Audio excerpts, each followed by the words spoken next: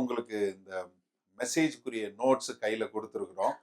ஆனால் பார்த்தீங்கன்னா இது தங்கிலீஷில் இருக்கும், கொஞ்சம் இங்கிலீஷில், கொஞ்சம் தமிழில் இருக்கும். வசனம் பூரா தமிழில் இருந்து அப்படி காப்பி பண்ணி பேஸ்ட் பண்ண முடியும்னால நான் காப்பி பண்ணி பேஸ்ட் பண்ணிட்டேன். மீதி எல்லாம் இங்கிலீஷில் இருக்கும். ஸோ இது ஏன்னா நிறைய வசனங்கள் வாசிக்க வேண்டியிருக்குனால இது கொடுத்துருக்கேன். ஆனாலும் நீங்க போய் உங்களுடைய வேத புஸ்தகத்துல உங்க பைபிள்ல இந்த வசனம் எங்க இருக்குன்னு பார்த்து நீங்க வாசிச்சுக்கிட்டீங்கன்னா நல்லது. ஏன்னா இது உங்களுக்கு உதவி பண்றேன். ஏன்னா இப்ப நான் திரும்ப மாத்தி மாத்தி உங்களை ஒரு விரலை இதுல வச்சுக்கோங்க, ஒரு விரல், ஏன்னா 3 இடத்துல வைக்க வேண்டியிருக்கு. யாத்ராகமத்துல ஒரு இடம், அப்போஸ்தலர் 7வது அதிகாரத்துல ஒரு இடம், எபிரேயர்ல ஒரு இடம், அப்புறம் கலாத்தியர் வைக்கும்போது இருக்க 4 விரலும் போயிடுச்சுன்னா அப்புறம் நீங்க கவனிக்க முடியாது. அதுக்காக தான் அந்த பேப்பர் கொடுத்துருக்கேன். ஆனாலும் நீங்க வீட்டுல போய் உங்களுடைய பைபிள் எடுத்து தயவு செய்து வாசிங்க. இப்போ கூடுமானவரை அந்த நோட்ஸ்ல பாருங்க. அப்படி இல்லை உங்க பைபிள்லே பார்க்க முடியும்னாலும் பாருங்க. சரியா? ரைட். இன்றைக்கு நம்ம ஒரு முக்கியமான விஷயத்தை குறித்து பார்க்க போகிறோம். போன முறை நம்ம பார்த்தோம் எப்படி மோசே கண்மலையை அடித்ததினால் வாக்குத்தத்தம் பண்ணப்பட்ட பூமிக்குள்ள போக முடியல. அந்த கண்மலை கிறிஸ்து தான் என்பதை குறித்து பார்த்தோம். இந்த முறை அதே மோசேயிலிருந்து இன்னும் ஒரு செய்தி என்னன்னா, ஆண்டவர் ஆபிரகாமை தேர்ந்தெடுக்கிறார். ஆபிரகாம் ஆண்டவரை தெரிந்து கொள்வதற்கு முன்பாக சந்திரனை வணங்கக்கூடியவராய், சந்திரனை வணங்கக்கூடியவராய் இருந்தாரு. அவர் ஆண்டவர் அழைத்து நீ வா அப்படின்னு சொல்லி கூப்பிடுறாரு. கூப்பிட்டு 12வது ஆதியாகமம் 12வது அதிகாரத்துல பாத்தீங்கன்னா, நான் உன்னை ஆசீர்வதித்து பெரிய ஜாதியாக்குவேன் என்று சொல்லி ஒரு ஆசீர்வாதத்தை கொடுக்கிறாரு. கொடுத்துட்டு ஆதியாகமம் 15வது அதிகாரத்துல அதை ஒரு உடன்படிக்கையாக மாத்துகிறார். எப்படி மிருகங்கள் எல்லாம் 2ஆ பிரிச்சு வச்சு அந்த மிருக ரத்தத்தின் நடுவழியாக அவர் கடந்து போய் அதை ஒரு இரத்த உடன்படிக்கையாக ஆபிரகாமோட செய்யும் போது அவர் சொல்லக்கூடிய ஒரு காரியம் என்னன்னா, ஆபிரகாம் 15வது அதிகாரம் 13வது வசனம் பாருங்க. அப்பொழுது அவர் ஆபிரகாமை நோக்கி, உன் சந்ததியார் தங்களுடையதல்லாத அந்நிய தேசத்திலே பரதேசிகளாயிருந்து அத்தேசத்தாரை சேவிப்பார்கள் என்றும் அவர்களால் 400 வருஷம் உபத்திரவப்படுவார்கள் என்றும் நீ நிச்சயமாய் அறிய கடவாய். அதாவது ஒரு ஆசீர்வாதத்தை கொடுக்கும் போதே ஆண்டவர் என்ன சொல்றாரு, உன்னுடைய சந்ததியில வரக்கூடியவர்கள் ஒரு 400 வருஷம் என்ன பண்ணுவாங்களாம், அடிமைகளாக அந்நிய தேசத்துல இருப்பாங்க அப்படின்னு சொல்லி ஆண்டவர் முன்னாடியே சொல்லுகிறார். அப்போஸ்தலர் நடவடிக்கை 7வது அதிகாரம் 6வது வசனம் வாசிங்க. அந்தப்படி தேவன் அவனை நோக்கி உன் சந்ததியார் அந்நிய தேசத்தில் சஞ்சரிப்பார்கள், அதாவது எகிப்து தேசத்துல சஞ்சரிப்பார்கள் என்பதை சொல்றாரு. அத்தேசத்தார் அவர்களை அடிமைகளாக்கி 400 வருஷம் துன்பப்படுத்துவார்கள். 400 வருஷம் துன்பப்படுத்துவார்கள். அதாவது வாக்குத்தத்தம் கொடுக்கும் போதே ஆண்டவர் என்ன சொல்றாரு, உங்க ஆளுங்க பூரா அந்நிய தேசத்துல போய் இருப்பாங்க, அந்நிய தேசத்துல அடிமைகளாக 400 வருஷம் இருப்பாங்க அப்படின்னு ஆண்டவர் சொல்றாரு. ஆனா ஆண்டவர் சொன்னது எவ்வளவு வருஷம்? என்ன ட்ரிக் கொஸ்டினா எல்லாரும் அப்படி ஒரு நிமிஷம் யோசிக்கிறீங்க. அதனாலதான் உங்களுக்கு நோட்ஸ்ல அண்டர்லைன் போட்டு கொடுத்துருக்கு. எத்தனை வருஷம்? 400 வருஷம். ஆனா யாத்திராகமம் 12வது அதிகாரம் 40வது வசனம் 41வது வசனம் வாசிங்க. இஸ்ரவேல் புத்திரர் எகிப்திலே குடியிருந்த காலம் 430 வருஷம். எத்தனை வருஷம்? 430 வருஷம். 430 வருஷம் முடிந்த அன்றைய தினமே 430 வருஷம் முடிந்த அன்றைய தினமே கர்த்தருடைய சேனைகள் எல்லாம் எகிப்து தேசத்தில் இருந்து புறப்பட்டது. அங்கிருந்து எகிப்து தேசத்திலிருந்து அவர்கள் புறப்பட்டார்கள். இப்ப ஆண்டவர் என்ன தப்பு பண்ணிட்டாரா? சொன்னாரு 400 வருஷம் சொன்னாரு. ஆனா அவங்க எத்தனை வருஷம் இருந்தாங்க? 430 வருஷம் இருந்தாங்க. இந்த 30 வருஷம் என்ன ஆச்சு? நிறைய பேர் என்ன சொல்லுவாங்க, இது ஒரு வழக்கமா சொல்ற சொல்லு, ஒரு ஏறக்குறைய தோராயமா சொன்னது. 400 வருஷம் சொன்னதுன்னா 400 வருஷம் இல்ல, முன்ன பின்ன இருக்கும். ஏன்னா நம்ம என்னன்னா, நம்ம கலாச்சாரத்துல 10 மணிக்கு வர்றேன்னு சொன்னா ஆஸ்பாஸ் தானே, இந்த பக்கம் அந்த பக்கம் ஒரு அரை மணி நேரம் வச்சுக்கலாம். 10ன்னா 10, 10:15, 8 மணிக்கு சர்வீஸ்னா 8:15, 8:20, 8:30க்கு தான் செய்தி தொடங்கும். 8:28க்கு உள்ள போனா போதும். இல்ல 9 மணிக்கு சர்வீஸ்னா 9:25க்கு போனா போதும். நம்ம கிளம்பும் போதே நம்ம யாராவது பிளேன் பிடிக்கிறதுக்கு மட்டும் ஆனா 3 மணி நேரம் முன்னாடி போயிடும். நல்லா பாருங்களேன், இந்த சர்ச்சுக்கு லேட்டா வர்றவங்க பிளேனுக்கு மட்டும் முன்னாடி போவாங்க. அது ஏன்னு தெரியல. ஆண்டவர் எங்க போயிட போறாரு, இல்ல எல்லாரும் எங்க போயிட போறோம்னு நினைக்கிறாங்களா என்னன்னு தெரியல. சரியா? அதாவது என்னன்னா, நம்ம வந்து அப்படியே வழக்கத்துல இருக்கிறதுனால என்ன நினைச்சுக்கிறோம், 400 சொன்னாரு, 10% தானே, நான் 10% வச்சாலே 440 430 ஓகே தான். கிடையவே கிடையாது. காரணம் என்னங்கிறத இன்னைக்கு பார்க்க போகிறோம். 400 வருஷம் சொன்னாரு, ஆனா அவர்கள் 430 வருஷம் இருந்தாங்க. அதுல என்ன காரணத்தினால இந்த இஸ்ரவேல் தேச மக்கள் எகிப்து தேசத்துல 30 வருஷம் அடிமைகளா செங்கல் செஞ்சாங்க. கஷ்டப்பட்டு அவர்கள் துன்பப்படுத்தப்பட்டு அவர்கள் வந்து என்ன பண்ணாங்க, 30 வருஷம் எக்ஸ்ட்ரா செங்கல் செஞ்சாங்க. காரணம் என்ன, அதைத்தான் இன்னைக்கு நம்ம பார்க்க போறோம். சரியா? யாத்ராகமும் 1வது அதிகாரம் 8வது வசனம் பாத்தீங்கன்னா, யோசேப்பை அறியாத புதிய ராஜா ஒருவன் எகிப்திலே தோன்றினான். அதாவது யோசேப்பு வந்து எகிப்துக்கு விற்கப்பட்டு அடிமையா விற்கப்பட்டு பாத்திபரனுடைய வீட்டுல இருந்து அங்கிருந்து குற்றம் சாட்டப்பட்டு சிறைச்சாலைக்கு போய் சிறைச்சாலையிலிருந்து பார்வோனுடைய அரண்மனைக்கு பிரதம மந்திரியா போய் எகிப்து தேசத்துல இருக்கிறாரு. அதற்கப்புறம் தன்னுடைய தகப்பன் மற்றும் சகோதரர் எல்லாம் வந்து அவங்க எல்லாம் 70 பேர் வந்து அங்க ஒரு நல்ல செழிப்பான பகுதியில செட்டில் ஆகுறாங்க. கடைசியில என்ன ஆகுது, அவர்கள் இறந்த பின்பு யோசேப்பை அறியாத ஒரு பார்வோன் அரசனாக வர்றான். அவன் வந்து என்ன பண்ண ஆரம்பிக்கிறான், இவங்களை துன்பப்படுத்த ஆரம்பிக்கிறான். இப்படி துன்பப்படுத்த ஆரம்பிச்ச உடனே ஆண்டவர் வந்து என்ன பண்றாரு, இந்த மக்களை விடுதலை செய்வதற்கு ஒருவன் தேவை என்று பார்த்து, நல்ல கவனிங்க, ஆண்டவர் வந்து ஒரு மனுஷனை உருவாக்குவதற்கு முன்பாக என்ன பார்க்கிறாரு, ஒரு தேவையை பார்க்கிறார். எது?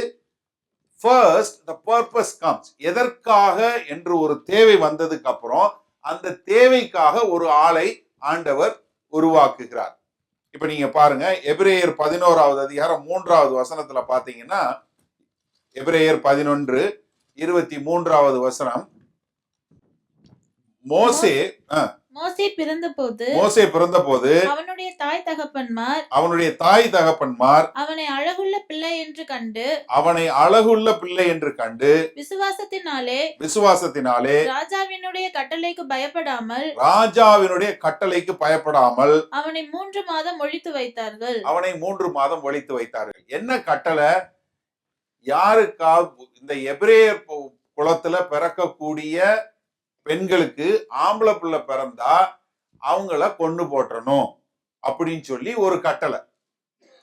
இப்ப என்ன நடக்குது, இவங்க எவ்வளவுக்கு எவ்வளவு அவங்க அடக்குறாங்களோ அவ்வளவுக்கு அவ்வளவு இங்க எபிரேயர் மக்கள் பெருசாகிக்கிட்டே போறாங்க. அப்ப என்ன நடக்குது, இந்த காலகட்டத்துல மோசேயினுடைய தாய் தகப்பன்மார் மோசேயை பெற்றெடுக்கிறாங்க. என்ன பண்ணிருக்கணும், அவங்க உடனே அவனை கொன்னு போட்டிருக்கணும். ஆனா கொன்னு போடவில்லை.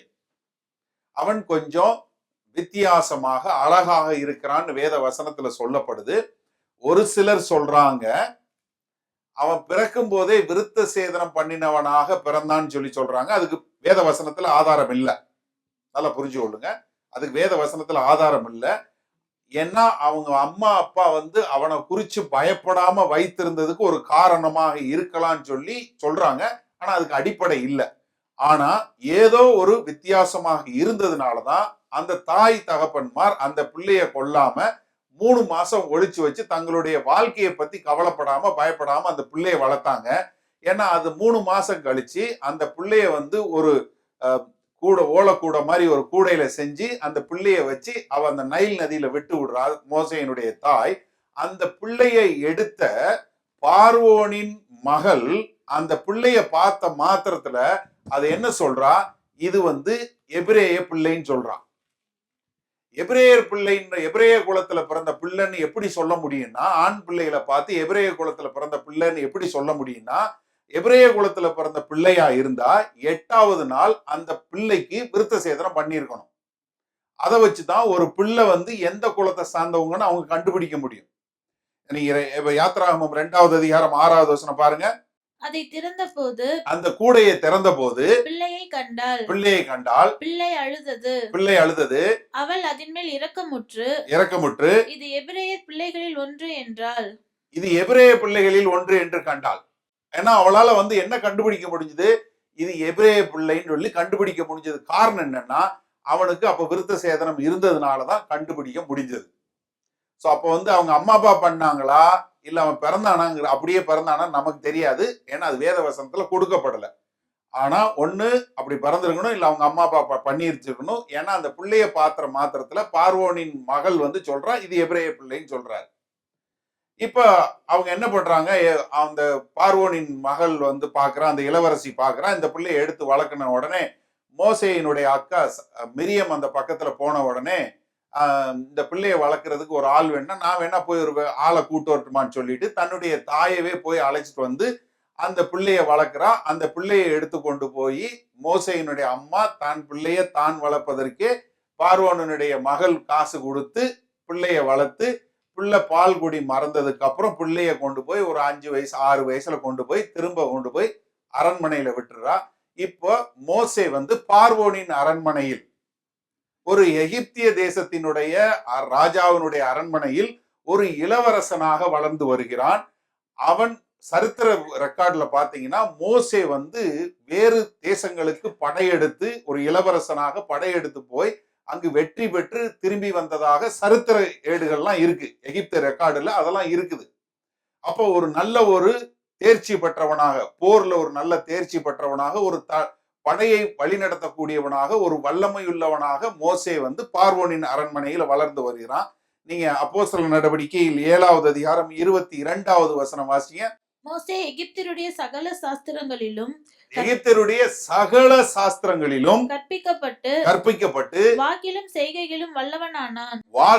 வார்த்தையிலும் செய்கையிலும் he was mighty in words and deeds. பேச்சுல மாத்திரம் இல்ல, செய்கையிலையும். ஏன்னா ஒரு சிலர் வாய்ச்சொல்லில் வீரனா இருப்பாங்க, இவன் அது மாத்திரம் இல்ல, இவன் ரெண்டுலையும். ஏன்னா இது ரொம்ப முக்கியம். இப்ப இந்த மாதிரி இருக்கும்போது என்ன நடக்குது, அங்க ஒரு பிரச்சனை நடக்குது. அவனுடைய கண்களுக்கு முன்பாக ஒரு பிரச்சனை நடக்குது. 2 எபிரேயர் ஒருத்தனுக்கு ஒருத்தன் சண்டை போட்டுட்டு இருக்கான். அப்போ ஒரு எகிப்தியன் கூட வர்றான், அவங்க கூடயும் சண்டை போட்டுட்டு இருக்கான். அப்ப நடக்கக்கூடிய சம்பவம் பாருங்க. யாத்திராகமம் 2வது அதிகாரம் 11 14 4 வசனங்கள் வாசிங்க. மோசே பெரியவனான காலத்தில் அவன் தன் சகோதரரிடத்தில் போய் அவர்கள் சுமை சுமக்கிறதை பார்த்து தன் சகோதரராகிய எபிரேயரில் ஒருவனை ஒரு எகிப்தியன் அடிக்கிறதை கண்டு அங்கும் இங்கும் பார்த்து ஒருவரும் இல்லை என்று அறிந்து எகிப்தியனை வெட்டி அவனை மணலிலே புதைத்து போட்டான். அவன் மறுநாளிலும் வெளியே போன போது எபிரேய மனுஷர் 2 சண்டை பண்ணி கொண்டிருந்தார்கள். அப்பொழுது அவன் அநியாயம் செய்கிறவனை நோக்கி, நீ உன் தோழனை அடிக்கிறது என்ன என்று கேட்டான். அதற்கு அவன், எங்கள் மேல் என்னை அதிகாரியாகவும் நியாயாதிபதியாகவும் ஏற்படுத்தினவன் யார்? நீ எகிப்தியனை கொன்று போட்டது போல என்னையும் கொன்று போட நினைக்கிறாயோ என்றான். அப்பொழுது மோசே காரியம் நிச்சயமாக வெளிப்பட்டது என்று பயந்தான். என்ன நடக்குது? ஒரு எகிப்தியனுக்கும் ஒரு இஸ்ரவேல் தேசத்தை ஒருத்தனுக்கும் சண்டை நடக்குது. இவன் பாக்குறான், அவன் யாரும் இல்ல, சண்டை போட்டு போனதுக்கு அப்புறம் எகிப்தியன் மட்டும் தனியா இருக்கிறான். யாரும் சுத்தி முத்தி இருக்காங்களான்னு பாக்குறான். யாரும் இல்லைன்னு அடிச்சு வெட்டி ஆளை காலி பண்ணி குழியை தோண்டி புதைச்சு வச்சிடறான். ஆனா தலைவர் சரியா புதைக்கல, அது தெரிஞ்சு போயிருது. இப்ப அடுத்த நாள் இன்னும் 2 பேர் சண்டை போடுறானுங்க. இவன் போய் பஞ்சாயத்துக்கு போன உடனே சொல்றான், நீ என்னத்துக்கு எங்களுக்கு பஞ்சாயத்து பண்ற, நீ யாரு எங்களுக்கு தலைவனா அப்படின்னு கேட்கிறான். கேட்ட மாத்திரத்துல இவன் வந்து இது நீ எதுக்கு உன் தோழனை அடிக்கிறேன்னு சொன்ன மாத்திரத்துல இவர் போய் சண்டை போட்ட உடனே அவன் சொல்றான், நீ நேத்து எகிப்தியனை வெட்டினல அதை போல என்னையும் கொலை பாக்குறியான்னு. இப்போ ஒரு பயம் வந்துருச்சு, நான் கொலை பண்ணது வெளியே தெரிஞ்சு போச்சு அப்படின்னு சொல்லி. நல்லா கவனிங்க, மோசேக்கு தான் எகிப்தியன் அல்ல என்பது தெரியும். ஏன்னா நம்ம மோசையை பத்தி இன்னொரு செய்தி நான் போன சண்டே கொஞ்ச நாட்களுக்கு முன்பாக செய்தி கொடுக்கும்போது அதை பத்தி நான் பார்த்தேன். எப்படி ஒரு தாய் தன் பிள்ளையை வளர்த்து கொடுத்தாளுங்கிறத வந்து சொல்ற கான்டெக்ட்ல அந்த பகுதியில சொல்லும் போது எப்படி வந்து மோசே வந்து சின்ன வயசுலயே அவங்க அம்மா சொல்லி கொடுத்ததுனால தான் வந்து ஒரு இஸ்ரவேல் குலத்தை சேர்ந்தவன் என்று அவனுக்கு தெரியுன்றதை குறித்து சொல்லி கொடுத்தேன். மோசேக்கு நல்லா தெரியும் தான் ஒரு இஸ்ரவேலர், தான் வந்து எகிப்தியன் இல்லைங்கிறது நல்லா தெரியும். இப்ப இந்த செய்தி இந்த மாதிரி வெளியே வந்துருச்சுன்னு சொன்ன உடனே அவனுக்கு என்ன வந்துருச்சு? பயம் வந்துருச்சு. அது பாருங்க, அப்போஸ்தலர் 7:23 பாருங்க. அவனுக்கு 40 வயதான போது அவனுக்கு 40 வயதான போது இஸ்ரவேல் புத்திரராகிய இஸ்ரவேல் புத்திரராகிய தன்னுடைய சகோதரரை கண்டு சகோதரரை கண்டு சந்திக்கும்படி அவனுடைய இருதயத்தில் எண்ணம் உண்டாயிற்று. அவனுடைய இருதயத்தில் எண்ணம் உண்டாயிற்று. இப்ப பாருங்க, யாத்திராகமத்துல அவனுக்கு வயசு எவ்வளவுன்னு கொடுக்கல. யாத்திராகம புஸ்தகத்துல இவன் போய் ஒரு எகிப்தியனை கொன்னு அங்கிருந்து தப்பிச்சு போன நாட்கள்ல அவனுடைய வயசு என்னன்னு கொடுக்கல.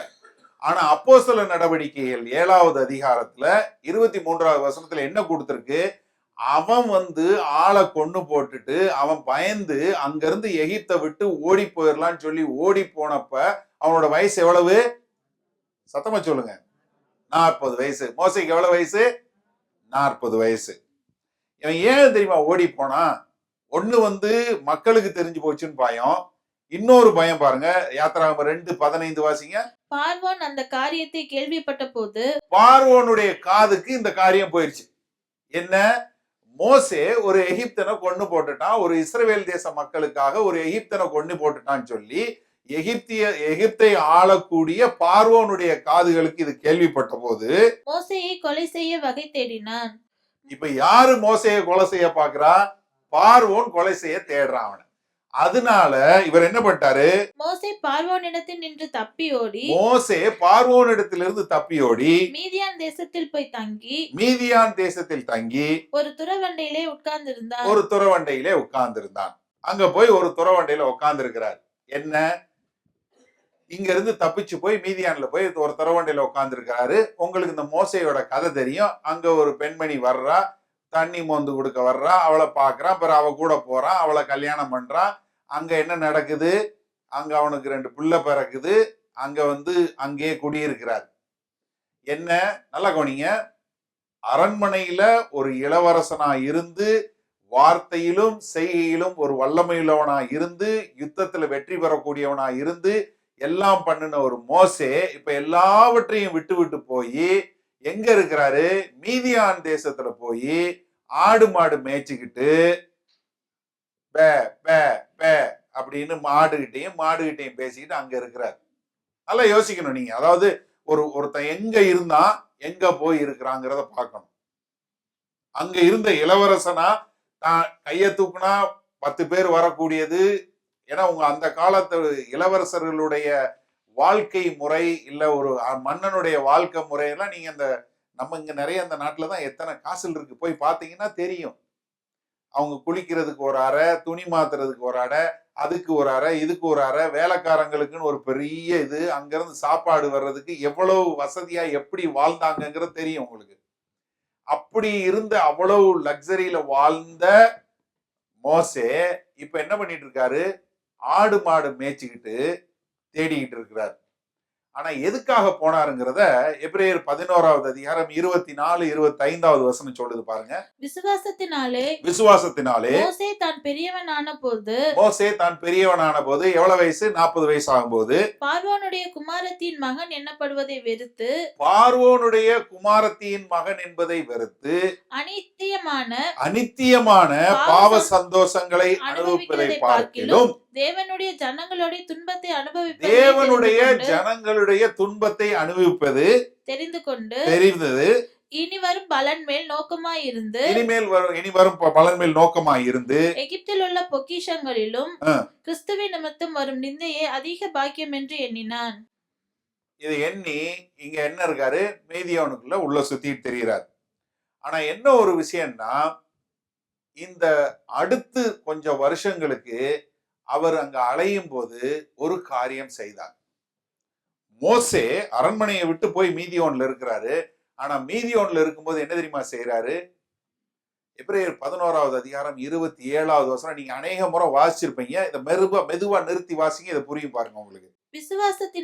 விசுவாசத்தினாலே அவன் அதரிசனமானவரை மோசே அதரிசனமானவரை தரிசிக்கிறது போல உறுதியாயிருந்து ராஜாவின் கோபத்துக்கு பயப்படாமல் அதாவது என்னன்னா, தன்னால் தரிசிக்க முடியாமல் தான் காண முடியாத தேவனை எங்கும் தேடி அலைந்தான் இருக்கு. he endured for the one who is invisible. அதாவது அவன் கஷ்டப்பட்டு என்னையால காண முடியலையே, ஆண்டவரே நீங்க எங்க அப்படின்னு சொல்லி ஆண்டவரை தேடுகிறவனாய், அலைந்து திரிகிறவனாய். அதாவது ஒரு சில வேளைகள்ல நீங்க போகும்போது, ஒரு பாதையில போகும்போது சில வேளைகள்ல உங்களுக்கே ஆண்டவர் எங்கன்னு தெரியாத அளவிற்கு எங்க உண்மையிலே ஆண்டவர் இருக்கிறீங்களா இல்லையா அப்படின்னு தேடக்கூடிய ஒரு காலகட்டம். இப்ப என்ன நடக்குது? ஆடு மாடு மேய்ச்சிட்டு இருக்கிறான், ஆனா அவன் இருதயத்துக்குள்ள என்ன நடக்குது? என்னைய ஆண்டவர் அழைச்சிருக்கிறாரு, எனக்கு தெரியும் இந்த மக்களுக்கு என்னுடைய கைகள் மூலமா தான் விடுதலை வரப்போகுதுன்னு. ஆனா நான் இப்ப இருக்கிற இடம் அரண்மனையில இல்ல, நான் இளவரசனா இருந்தாலும் அவங்களுக்கு கொண்டு வந்திருக்கலாம், அதுவும் இல்ல. நான் இன்னைக்கு வந்து மீதியான் தேசத்துல ஆடு மாடு மேய்ச்சிக்கிட்டு இங்க கல்யாணம் பண்ணி இங்க புள்ள மாமனார் வீட்டுல உட்கார்ந்து இருக்கிறேன். ஆனா ஆண்டவரே நீங்க எங்கன்னு சொல்லி தேடக்கூடிய ஒரு காலகட்டம். நம்ம எல்லாருமே வாழ்க்கையில ஒரு சில நேரங்கள்ல இப்படி ஒரு இடத்துக்கு போவோம். நிஜமாவே ஆண்டவர் இருக்கிறாரா இல்லையான்னு சொல்லி. யோபுக்கும் இப்படி ஒரு காலகட்டம் வந்துச்சு. நம்ம எல்லாருக்கும் தெரியும்.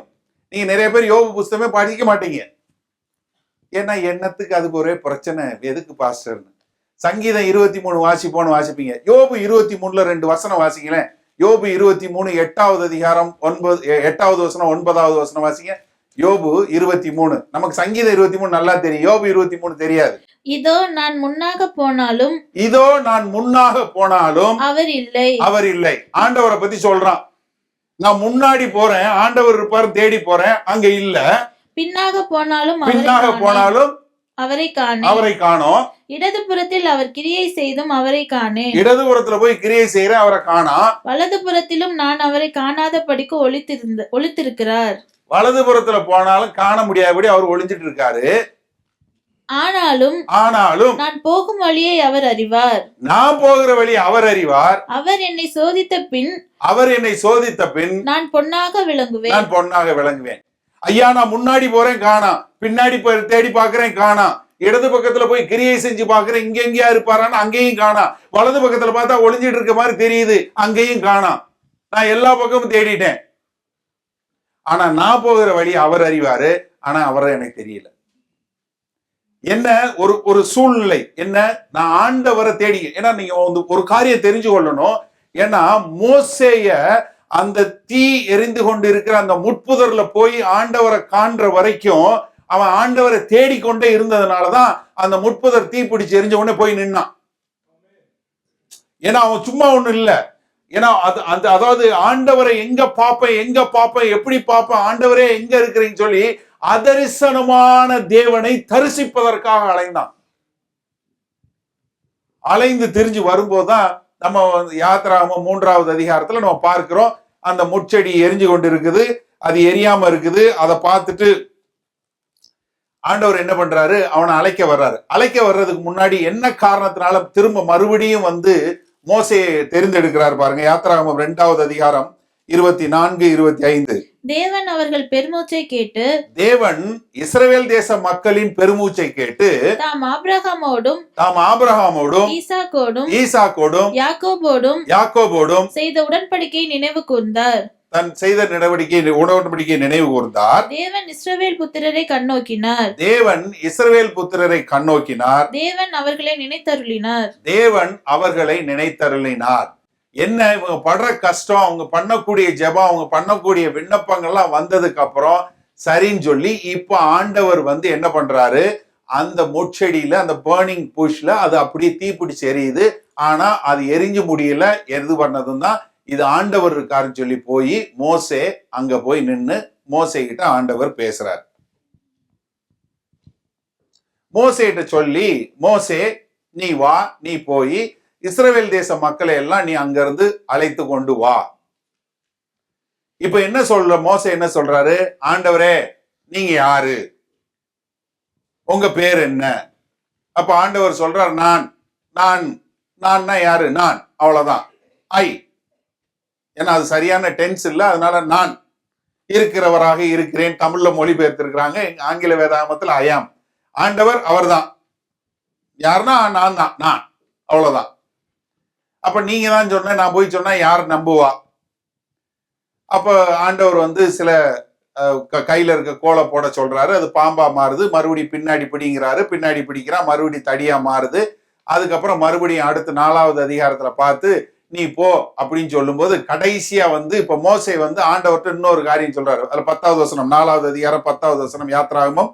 அப்பொழுது மோசே கர்த்தரை நோக்கி, ஆண்டவரே, இதற்கு முன்னாவது தேவரீர் உமது அடியானோடே பேசினதற்கு பின்னாவது நான் வாக்கு வல்லவன் அல்ல, நான் திக்குவாயும் மந்தனாவும் உள்ளவன் என்றான். நான் திக்குவாயும் மந்தனாவும் உள்ளவன். அப்போஸ்தலர் நடவடிக்கை 7வது அதிகாரம் 22வது வசனம் என்ன சொல்லுச்சு? அவன் வாக்கிலும் செய்கையிலும் வல்லவனா இருந்தான். இப்ப என்ன ஆயிடுச்சு? எனக்கு பேச்சு திக்கு வாய் ஆண்டவரேங்கிறான். எனக்கு பேச வராது, எனக்கு மந்த நாவு, எனக்கு பேச வராது. என்ன ஆயிடுச்சு? ஆண்டவர் அவன் மனைவியும் மாமனாரையும் மாமியாரை வச்சு அவனை அடிச்சு நொறுக்கி திக்குவாயனா ஆகிறார். வாழ்க்கையிலையும் செய்கையிலையும் தன்னால சுயமா செய்யக்கூடியவனா இருந்தவனை இப்ப என்னால ஒண்ணுமே செய்ய முடியாது, ஆண்டவரால தான் செய்ய முடியும்னு வரக்கூடியதுக்கு ஆண்டவர் யாரையாவது உபயோகப்படுத்த அடிக்க வேண்டியிருக்கும். அது சமயத்துல கல்யாணமானவங்களுக்கு உங்களுடைய மனைவியோ கணவனாவோ இருக்கலாம், இல்ல மாமனார் மாமியார் உதவி பண்ணலாம். அதுக்கு மோசைக்கு அதான் பண்ணார். எவ்வளவு வருஷம் நடந்துச்சு தெரியுமா? மோசே அந்த மாதிரி வாழ்க்கையிலும் செய்கையிலும் வல்லவனாய் இருந்தவனை நான் ஒரு திக்குவாயி, என்னால முடியாத ஆண்டவரே அப்படின்னு சொல்றதுக்கு வர்றதுக்கு எத்தனை வருஷம் ஆச்சு தெரியுமா? அப்போஸ்தலர் நடவடிக்கை 7வது அதிகாரம் 30வது வசனம் வாசிங்க. 40 வருஷம் சென்ற பின்பு. எவ்வளவு வருஷம் போனதுக்கு அப்புறம்? யோசிச்சு பாருங்க. அரண்மனையில இளவரசனாய் இருந்த மோசே அடுத்து 40 வருஷம் ஆடு மாடு மேய்ச்சி மாமனார் வீட்டுல சாப்பாடு சாப்பிட்டுட்டு இருந்தான். எவ்வளவு கஷ்டம். தமிழ்ல ஒரு கதை இருக்கு, உங்களுக்கு எல்லாருக்கும் தெரியும். இந்த கதை சொல்றேன், இது ஜோக்கு தான், எல்லாருக்கும் தெரியும். கல்யாணம் ஆனதுக்கு அப்புறம் பையன் மாமியார் வீட்டுக்கு விருந்துக்கு போனான்.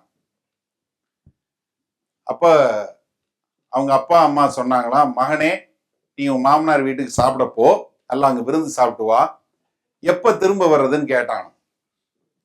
அப்ப அவங்க சொன்னாங்களாம், உன் முகம் என்னைக்கு உனக்கு தெரியுதோ அன்னைக்கு திரும்ப வாடான். இப்ப போன அன்னைக்கு கோழி அடிச்சு பிரியாணி போட்டாங்க, சந்தோஷமா பிரியாணி சாப்பிட்டான். அடுத்த நாள் இறைச்சி, அதுக்கு அடுத்த நாள் புளிக்குழம்பு, அப்புறம் சாம்பார், இப்படியே தேஞ்சு ஒரு நாள் பழைய சாப்பாடு போட்டான். பழைய சாப்பாடு போட்டு வச்ச உடனே இவன் பார்த்தான், மூஞ்சி தெரிஞ்சிருச்சு. ஆஹா, ரைட், ரிட்டன். மோசேக்கு மூஞ்சி தெரிய 40 வருஷம் ஆச்சு. யோசிச்சு பாருங்களேன். It's not easy. நீங்க நம்ம பார்த்து இதை ஒரு ஜோக்கா எடுத்து நம்ம பார்க்கிறோம். ஆனா யோசிச்சு பாருங்க, ஒரு நிமிஷம் உங்களை மோசேயினுடைய இடத்துல போட்டு பாருங்க. ஐயா, 1 வருஷம் இல்ல, 2 வருஷம் இல்ல, 40 வருஷங்கள் ஆடு மாடு மேய்ச்சிட்டு அங்க இருக்கிறதுங்கிறது ஈஸியான வேலை கிடையாது. இப்ப ஆண்டவர் சொல்றாரு, நீ வா அப்படின்னு சொல்லும் போது என்னால பேசவே வராது ஆண்டவரேன்னு சொல்ற அளவுக்கு அவன் அவ்வளவு தூரம் தாழ்த்தப்பட்டு கடைசியில் என்ன ஆகுது? ஆண்டவர் என்ன செய்யறாரு? 40 வருஷம் சென்ற பின்பு சீனாய் மலையின் வனாந்திரத்திலே கர்த்தருடைய தூதனானவர் முச்செடி எரிகிற அக்கினி ஜுவாலையிலே அவனுக்கு தரிசனமானார். சத்தமா சொல்லுங்க. 40 வருஷம் கழிச்சு அவங்க ஓடுனது எப்ப? அவனுக்கு ஓடும்போது அவனுக்கு வயசு எவ்வளவு? 40. இப்ப அவனுக்கு வயசு எவ்வளவு? 80. அல்லேலூயா. ஈஸியான கணக்கு. நீங்க மோசேயினுடைய வாழ்க்கைய 40 பிரித்து கொள்ளலாம். முதல் 40 வருடங்கள் அரண்மனை வாழ்க்கை, அடுத்த 40 வருஷங்கள் மாமனார் வீட்டு வாழ்க்கை, அதுக்கு அடுத்த 40 வருஷம் வனாந்திர வாழ்க்கை. 120 வயசான உடனே அவனை ஆண்டவர் மலையில மேல ஏறி நீ போக போற கானான் தேசத்தை பார்த்துட்டு, நீங்க படு, உனக்கு வயசாயிருச்சு, உனக்கு நேரம் வந்துருச்சு, நீ படுத்து செத்து போயிருன்னு சொல்லிட்டாரு. அப்படிதான் செத்து போனான். ஏன்னா 120 வயசா இருக்கும்போது ஆண்டவர் மலை மேல ஏறி வான்னாரு. மலை மேல ஏறி போனான். யாரும் கைத்தாங்களா கூட்டிட்டு போல. 120 வயசுல நீ அங்கிருந்து பார் அப்படின்னு சொல்லும் போது அவன் கண்ணாடி போட்டுலாம் பார்க்கல. எப்படி அந்த மலைக்கு அந்த பக்கத்துல இருக்க வாக்குத்தத்தம் பண்ணப்பட்ட பூமியை பாருங்க, கண்ணாடி போட்டுலாம் பார்க்கல. கண்ணாடி இல்லாம தான் பார்த்தான். நல்ல ஆரோக்கியமா நல்ல திடகாத்திரமா தான் இருந்தான். 120 வயசு வரைக்கும் ஒரு பிரச்சனை இல்லாம இருந்தான். 120 வயசு ஆனதுக்கு அப்புறம் படுத்து செத்து போனாரு. படுத்தான் செத்து போயிட்டான். அப்படித்தான் செத்து போனான். இப்ப 40 பிரிச்சிடலாம். அப்ப 80 வயசு ஆகும்போது தான் திரும்ப எகிப்துக்கு திரும்ப வர்றான். அப்ப திரும்ப வர்றதுக்கு முன்னாடி ஆண்டவர் என்ன இது கொடுக்கிறாரு பாருங்க. அவங்களுக்கு வந்து என்ன அஷூரன்ஸ் கொடுக்குறாரு, நீங்க திரும்ப வா, நீ வந்து அவங்கள கூட்டுட்டு போன்னு சொல்லி, நீங்க வந்து யாத்திராகமம் 4வது அதிகாரத்துல இருந்து 12வது அதிகாரம் வரைக்கும் வாசிச்சு பாத்தீங்கன்னா, அங்க வந்து வரக்கூடிய 10 பிளேக்ஸை பத்தி, ஒவ்வொரு கொள்ளை நோய் வரக்கூடியது, ஒவ்வொன்னா வரச்சோடு அதிசயங்கள் எல்லாம் நடக்கிற காரியங்கள்லாம் நீங்க பாத்தீங்க.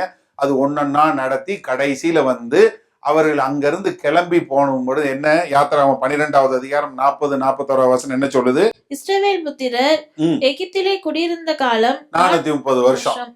430 வருஷம் போன அந்த நாள்ல அவங்க திரும்பி வந்தாங்க. இப்ப 430 வருஷம் இருக்கும்போது மோசேயோட வயசு எவ்வளவு? 80. கரெக்ட், சரியா? ஆனா அவர் எப்ப போய் வந்து அந்த எகிப்தியனை கொன்னாரு? மோசேக்கு எவ்வளவு வயசு இருந்துச்சு? 40 வயசு. அப்ப 430 வருஷத்துல வெளியே வந்தாங்கன்னா 40 வருஷத்தை கழிச்சீங்கன்னா அப்ப அவர் போய் அந்த எகிப்தியனை கொன்னது எத்தனாவது வருஷம்? 390. ஆனா ஆண்டவர் எவ்வளவு நாள் சொன்னாரு? 400 வருஷம் சொன்னாரு. மோசே எவ்வளவு வருஷம் முன்னாடி போனாரு?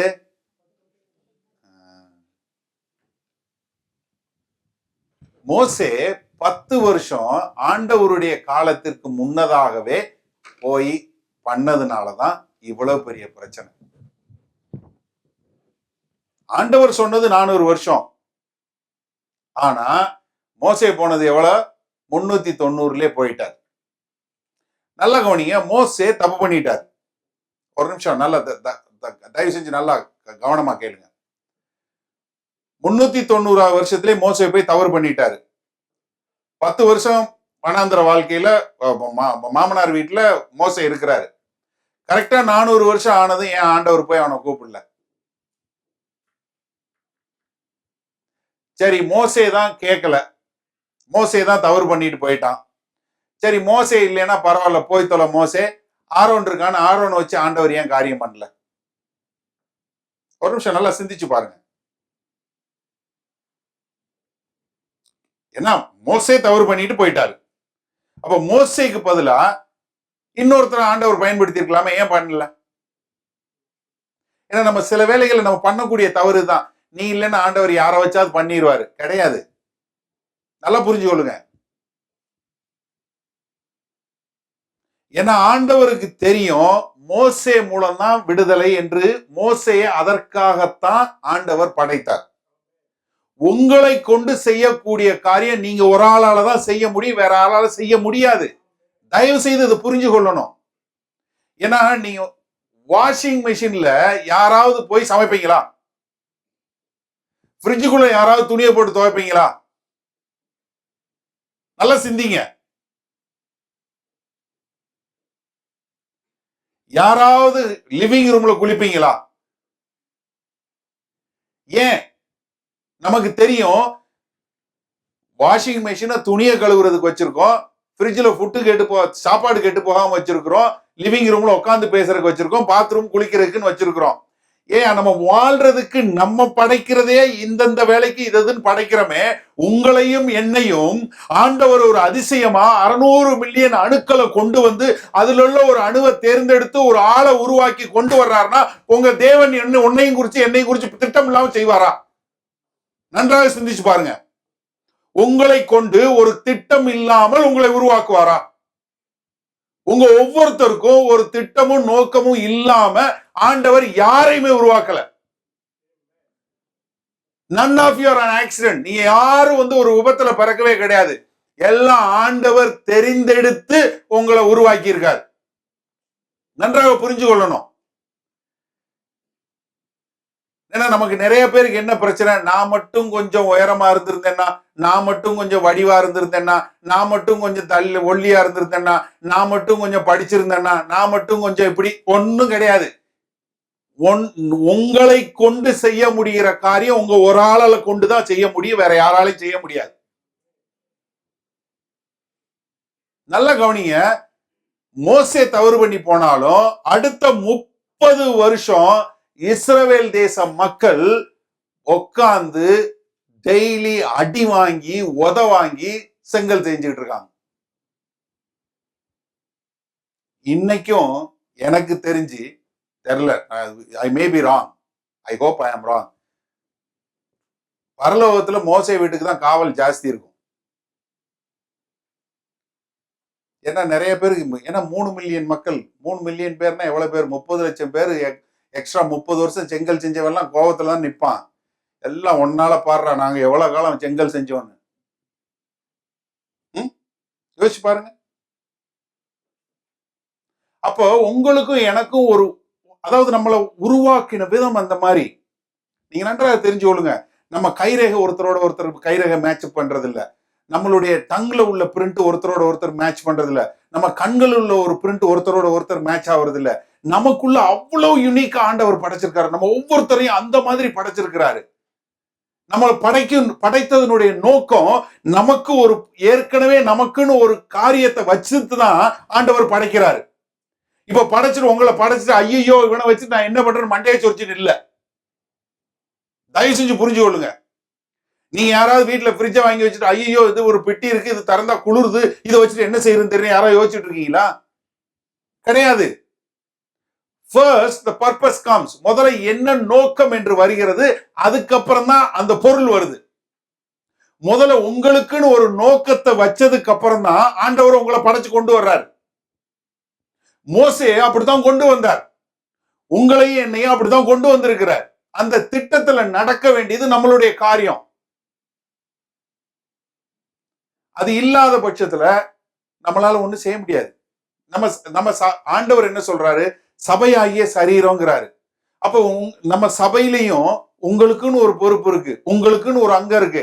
அதை நீங்க செய்யலைன்னா சரீரம் வீணா போயிடும். இன்றைக்கு ஆண்டவராகிய சரீரமாகிய சபை இன்னைக்கு இவ்வளவு தூரம் கஷ்டப்படுற காரணம் என்ன? நிறைய பேர் அவங்களோட பொறுப்பை புரிஞ்சு கொள்றது இல்ல. எதுக்காக மோசே 10 வருஷம் முன்னாடி போனார் தெரியுமா? அதுக்கு வேத வசனம் இருக்கு. எபிரேயர் 7வது அப்போஸ்தலர் நடவடிக்கை 7வது அதிகாரம் 25வது வசனம் வாசிங்க. தன்னுடைய கையினாலே தேவன் தங்களுக்கு ரட்சிப்பை தருவார் என்பதை, தேவன் தங்களுக்கு ரட்சிப்பை தருவார் என்பதை தன்னுடைய சகோதரர் அறிந்து கொள்வார்கள் என்று அவன் நினைத்தான். இஸ்ரவேல மக்களாகிய தன்னுடைய சகோதரர்கள் அறிந்து கொள்வார்கள் என்று அவன் நினைத்தான். அவர்களோ அதை அறியவில்லை.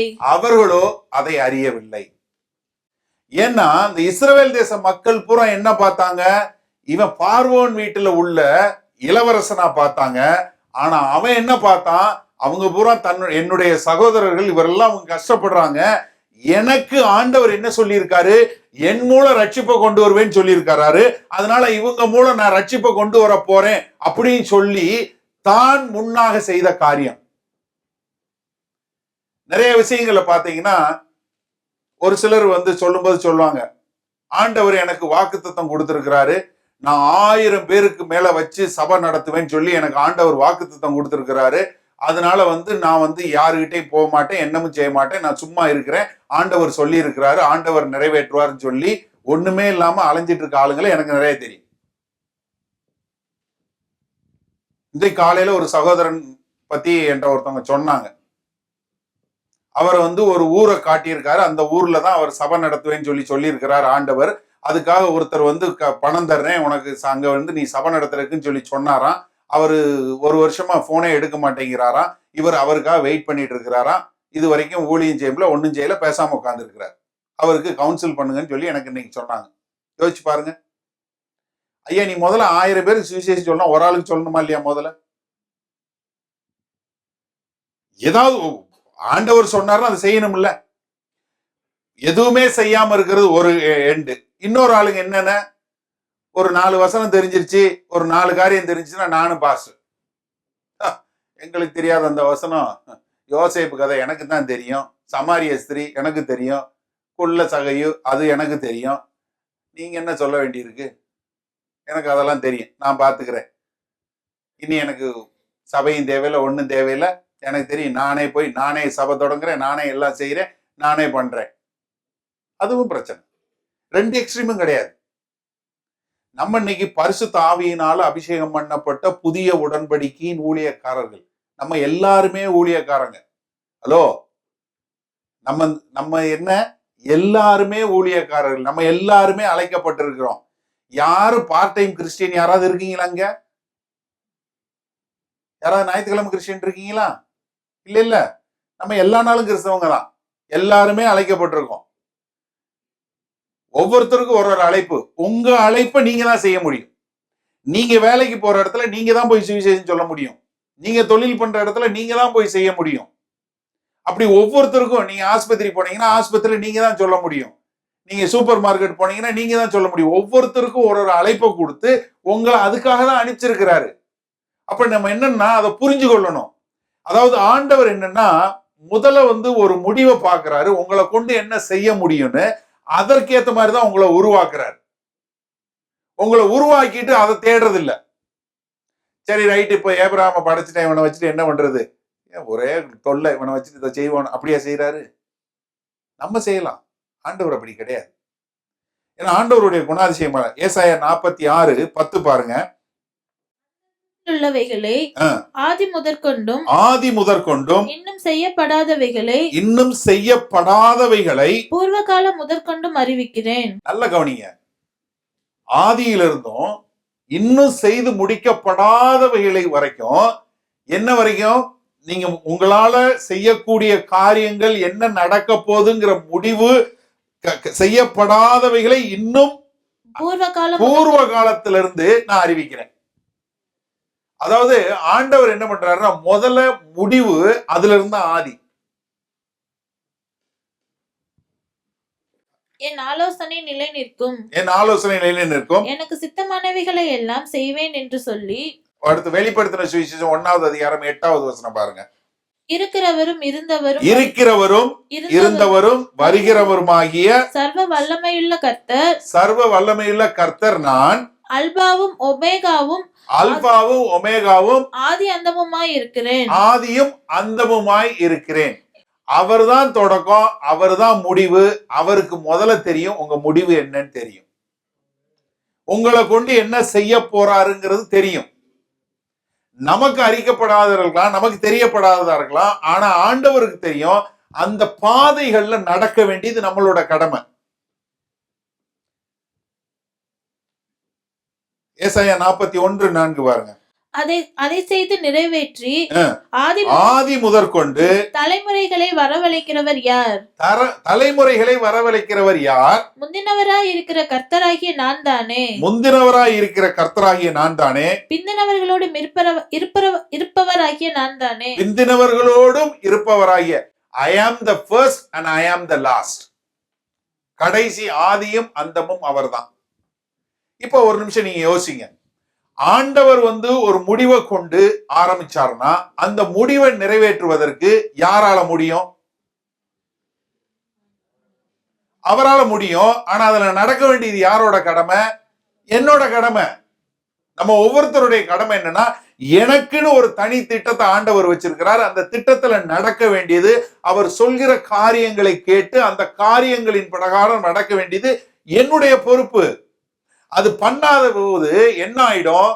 நான் அந்த பாதையில நடக்க தவறிடுவேன். அது பெரிய கான்சிக்வன்சஸ் கொண்டு வந்துடும். மோசே அந்த காரியத்துல நடக்காததுனால இஸ்ரவேல் தேச மக்கள் 30 வருஷம் சிறைத்தனத்துல, அடிமைத்தனத்துல இருந்தாங்க. இன்றைக்கு ஆண்டவராகிய இயேசு கிறிஸ்து சிலுவை மரணம் அடைந்த பின்பும் நமக்கு கொடுக்கப்பட்ட வேலைகளை செய்யாததுனால அநேக மக்கள் இன்னும் பாவம் என்ற அடிமைத்தனத்துல இருக்கிறாங்க. நன்றாக புரிஞ்சு கொள்ளுங்க. மாம்சமான இஸ்ரவேலுக்கு நடந்தது மாம்சமான காரியம். அதன் மூலம் நம்ம கற்றுக்கொள்ள வேண்டியது என்ன? ஆவிக்குரிய காரியம். இஸ்ரவேல் தேச மக்கள் அழைக்கப்பட்டவர்கள், ஆண்டவரால் தெரிந்து கொண்டப்பட்ட சந்ததி. அந்த சந்ததி 3 லட்சம் பேர் எங்க இருந்தாங்க? 3 மில்லியன், 30 லட்சம் பேர் அடிமைகளா எவ்வளவு வருஷம் இருந்தாங்க? 30 வருஷம் இருந்தாங்க. காரணம் என்ன? ஒரு மனிதன் தன்னுடைய அழைப்புல நடக்காதனால. ஆண்டவராகிய இயேசு கிறிஸ்துவின் ரத்தம் சிந்தப்பட்டு சிலுவை மரணத்திற்கு அவருடைய உயிர்த்தெழுதலுக்கு பின்பாக உள்ள ஆவிக்குரிய மக்களாகிய நாம் நமக்கு கொடுக்கப்பட்ட பாதைகளில் நாம் நடக்காததுனால இன்றைக்கு பாவம் என்கிற அடிமைத்தனத்துல லட்சக்கணக்கா மில்லியன் கணக்கா மக்கள் இன்னும் அடிமைத்தனத்துல இருக்கிறாங்க. ஏன்னா இன்றைக்கும் மோசே மாதிரி ஆண்டவருடைய திட்டத்தை அறியாமல் அதுல நடக்காம இருக்கக்கூடிய கிறிஸ்தவர்கள் அநேகம். அப்ப நம்மளுடைய அழைப்புல நடக்கும் போதுதான் அந்த பாவத்தினுடைய அடிமைத்தனத்துல இருக்க மக்கள் விடுதலைக்குள்ள வர முடியும். அன்றைக்கு மோசே அவருடைய சத்தத்தை கேட்டு திரும்ப வந்து இஸ்ரவேல் தேச மக்களை அடிமைத்தனத்திலிருந்து மீட்டெடுத்தான். இன்றைக்கு ஆண்டவர் உங்களை அழைக்கும் போது நீங்கள் அவருடைய சத்தத்தை கேட்டு நீங்க போய் பாவத்தின் அடிமைத்தனத்தில் இருக்க மக்களுக்கு உங்களுக்கு விடுதலைக்கு ஆண்டவராய் இயேசு கிறிஸ்து 2000 வருஷத்துக்கு முன்னாடியே சிலுவை மரணத்துல ரத்தத்தை சிந்தி உங்கள் பாவங்களை மன்னித்து விட்டார், நீங்கள் வாருங்கள் என்று கூப்பிட்டு அழைக்கும் போது அவர்கள் அந்த பாவத்தினுடைய அடிமைத்தனத்திலிருந்து விடுதலை பெற்று பாதாளம் செல்லாமல் பரலோகம் வந்து சேர முடியும். இன்றைக்கு லட்சக்கணக்கான மக்கள் அடிமைத்தனத்துல இருக்கிறது காரணம் இந்த ஆண்டவராகிய இயேசு கிறிஸ்துவின் சரீரத்துல உள்ள கிறிஸ்தவர்கள் தான். ஏன்னா நம்ம நிறைய பேர் இன்னும் வந்து ஆண்டவர் அழைத்த அழைப்புல நடக்கிறது இல்லை. எபிரேயர் 11வது அதிகாரத்தினுடைய 25வது வசனத்துல பாத்தீங்கன்னா, அனித்தியமான பாவ சந்தோஷங்களை அனுபவிப்பதை பார்க்கிலும் தேவனுடைய ஜனங்களோட துன்பத்தை அனுபவிப்பதை தெரிந்து கொண்டு இனிவரும் பலன் மேல் நோக்கமாயிருந்து எகிப்தில் உள்ள பொக்கிஷங்களிலும் கிறிஸ்துவ நிமித்தம் வரும் நிந்தையை அவன் பாக்கியம் என்று எண்ணினான். ஏன்னா கிறிஸ்துவ நிமித்தம் வரக்கூடிய நிந்தையினால, ஆனா நான் இந்த பூமியில வாழும் போது அது நிந்தையா தெரியலாம், ஆனா நித்தியத்திற்கும் அது வந்து பெரிய விடுதலையை கொடுக்க போது. இந்த பாவமான காரியம், இந்த ஒரு மாம்சமான காரியம் அனித்தியமான பாவங்கள், அனித்தியமான பாவங்களை நான் மாட்டிட்டு நித்தியமாக மக்கள் விடுதலைக்கு வரக்கூடியதை நான் தடையா போயிடக்கூடாதுன்னு சொல்லிதான் அவர் வந்து அதை துச்சமாக எண்ணி எகிப்தை விட்டு வெளியே வந்தார். இன்றைக்கு உங்களை எது பிடித்து கொண்டிருக்கிறதோ அதை விட்டு நித்தியமான காரியங்களை தேடி நீங்க நடக்கும் போது அப்ப என்ன ஆகும்? இந்த அனித்தியமான பாவ காரியங்களிலிருந்து நீங்கள் விடுதலை பெறுவீங்க. ஒன்று. இரண்டாவதாக, உங்களை கொண்டு ஆண்டவர் என்ன திட்டம் வைத்திருக்கிறாரோ, உங்களை கொண்டு ஆண்டவர் என்ன அழைப்பு அழைத்திருக்கிறாரோ அதை யாரால நிறைவேற்ற முடியும்? உங்கள் ஒரு ஆளால தான் நிறைவேற்ற முடியும். ஏன் ஓட்டத்தை நீங்க ஓட முடியாது, உங்க ஓட்டத்தை நான் ஓட முடியாது. நீ யாரா இருந்தாலும் சரிதான். நீங்க யாரும் என்னைய போல பிரசங்கம் பண்ணணும்னு அவசியம் இல்லை, நான் இன்னொருத்தரை போல பாட்டு பாடணும்னு அவசியம் இல்லை. எனக்கு என்ன அழைப்பு கொடுத்துருக்கோ அந்த அழைப்புல நான் ஓடும்போது எனக்காக தெரிந்தவைகளை நான் நிறைவேற்ற முடியும். எனக்காக என்னத்தை ஆண்டவர் வச்சிருக்கிறாரோ அதை முடிக்க முடியும். நீங்க எபேசியர் 2வது அதிகாரம் 10வது வசனம் இதை வாசிக்க முடிப்போம். எபேசியர் 2வது அதிகாரம் 10வது வசனம். ஏனென்றால் தமக்காகவும் தம்மாலேயும் இல்ல எபேசியர் 2வது அதிகாரம் 10வது. ஏனெனில் நற்கிரியைகளை செய்வதற்கு நாம் கிறிஸ்து இயேசுவுக்குள் சிருஷ்டிக்கப்பட்டு தேவனுடைய செய்கையாய் இருக்கிறோம். அவைகளில் நாம் நடக்கும்படி. யார் நடக்கணும்? நான் நடக்கும்படி அவர் முன்னதாக அவைகளை ஆயத்தம் பண்ணியிருக்கிறார். அவர் முன்னதாக அவைகளை ஆயத்தம் பண்ணி விட்டார்.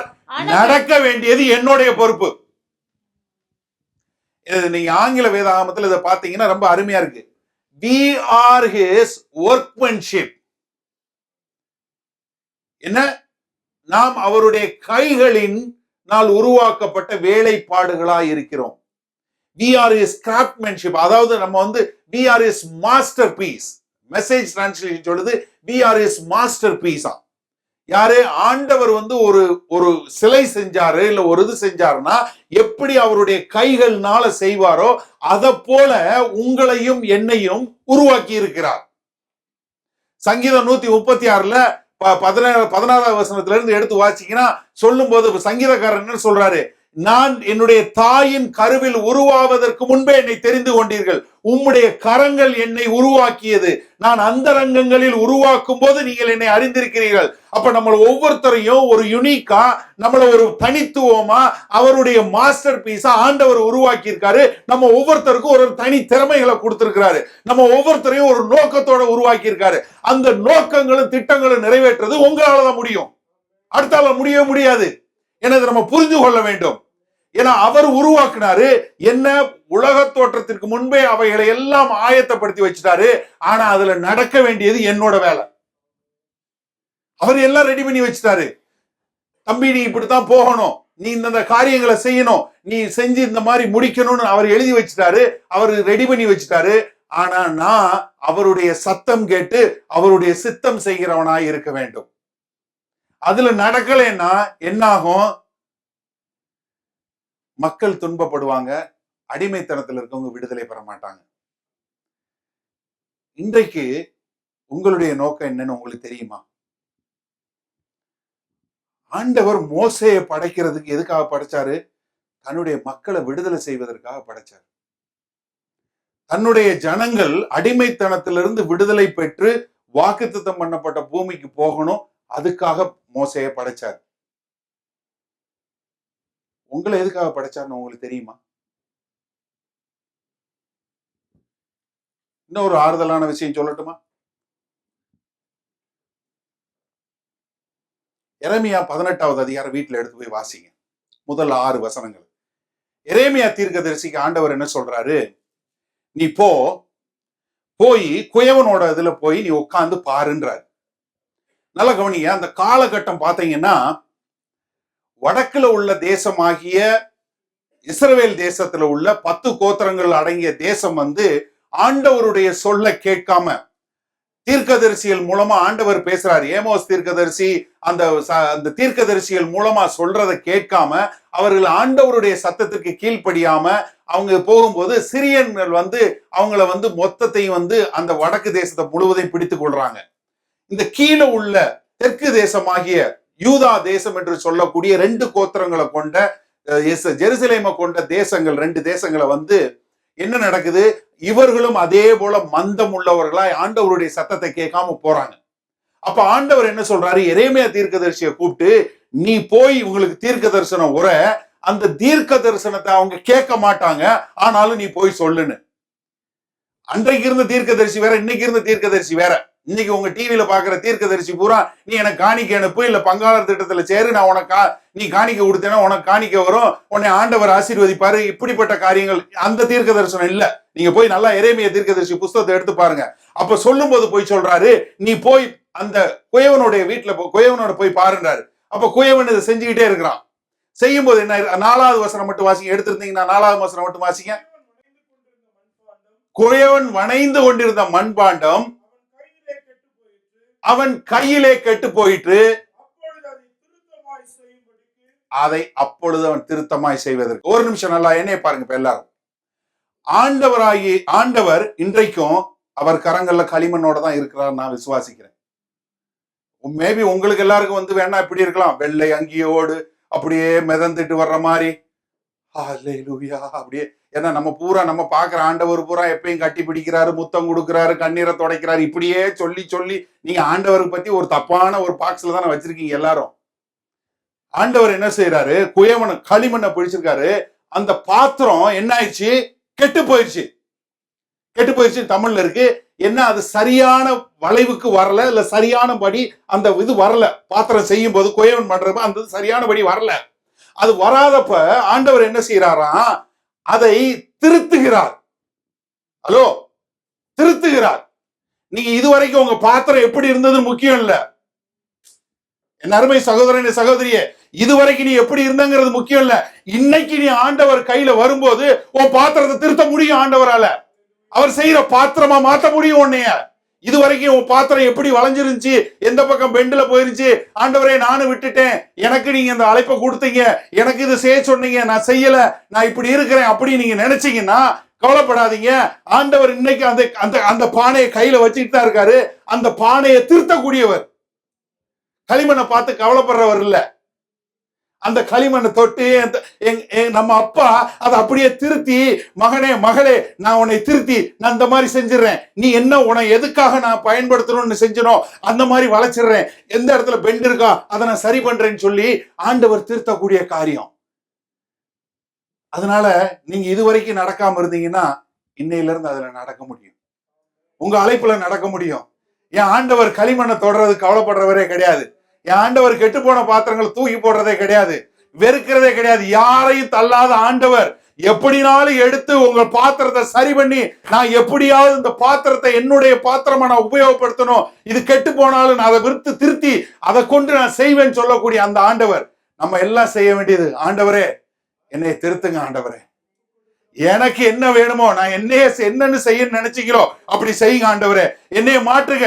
மோசே தவறு பண்ணிட்ட ஆண்டவரே, மோசேனுடைய வாழ்க்கையில நான் கத்துக்கிட்டேன் ஆண்டவரே, நான் அப்படி இருக்க விரும்பல ஆண்டவரே, என்னைய மனைங்க சுவாமி. எந்த பகுதியில என்னை திருத்தணுமோ, எந்த பகுதியில நீங்க என்னை கரெக்ட் பண்ணணுமோ அங்க திருத்துங்க, எந்த பகுதியில என்னை ரிப்பேர் பார்க்கணுமோ அந்த பக்கம் ரிப்பேர் பண்ணுங்க. நான் என்னுடைய உங்களோட கரங்கள்ல கொடுக்குறேன், என்னைய சேவ் பண்ணுங்க ஆண்டவரே. என்னை எந்ததுக்காக என்னை ஒரு தகுதியுள்ளவனா மாற்றுங்க சுவாமி. வெறும் களிமண்ணா இருந்த என்னை எடுத்து ஒரு பாத்திரமா வணைஞ்சு அது கெட்டு போனாலும் பரவாயில்ல ஆண்டவரே, அதை இன்றைக்கு திருத்துங்க சுவாமி. என் வாழ்க்கையை திருத்துங்க. என்னுடைய எந்தெந்த பகுதியில சரியில்லையோ அந்த பகுதி எல்லாம் திருத்தி ஆண்டவரே ஒரு பயனுள்ள பாத்திரமா ஆண்டவரே, உம்முடைய கையில உள்ள களிமண்ணா உங்க கையில உள்ள பாத்திரமா நான் மாற விரும்புறேன் ஆண்டவரே. நான் என்னுடைய அழைப்புல போக விரும்புறேன் ஆண்டவரே. நான் என் அழைப்பை விட்டு விடல ஆண்டவரே, இன்றைக்கு நான் மாற விரும்புறேன் ஆண்டவரே. என் அழைப்பை விட்டு இருந்தா, எங்கேயாவது நான் தவறு பண்ணியிருந்தா இன்னைக்கு என்னை மாற்றுங்க சுவாமி, என்னைய மாற்றுங்க சுவாமி. ஆண்டவரே என்னைய நீங்க மாற்றுங்க, என்னைய திருத்துங்க சுவாமி. என்னுடைய பாத்திரம் உம்முடைய கைகளில் உள்ள பாத்திரமாய் ஆண்டவரே, நீங்கள் எதற்காக என்னை கொண்டு வந்தீர்களோ அதை நிறைவேற்றக்கூடியதா இருக்கட்டும் ஆண்டவரே. அப்படிப்பட்டதா என்னை மாற்றுங்க சுவாமி. ஆமா ஆண்டவரே, என்னை மனையுங்கள் ஆண்டவரே. உமக்கு உகந்த பாத்திரமாய் ஆண்டவரே, உமக்கு உகந்த பாத்திரமாய் என்னை என்ன நோக்கத்திற்காய் படைத்தீர்களோ ஆண்டவரே, அந்த பாத்திரமாய் நான் நடக்க என்னை ஒப்பு கொடுக்கிறேன் ஆண்டவரே. என்னை மாற்றுங்கள் சுவாமி. இதோ நீர் ஒரு குயவனாய் இருந்து என்னை என்னவாய் வணைக்க விரும்புகிறீர்களோ அப்படி வணையுங்கள் சுவாமி. நான் திருந்த விரும்புகிறேன் ஆண்டவரே. என்னை அழைத்த அழைப்புல நான் வாழ விரும்புறேன் ஆண்டவரே.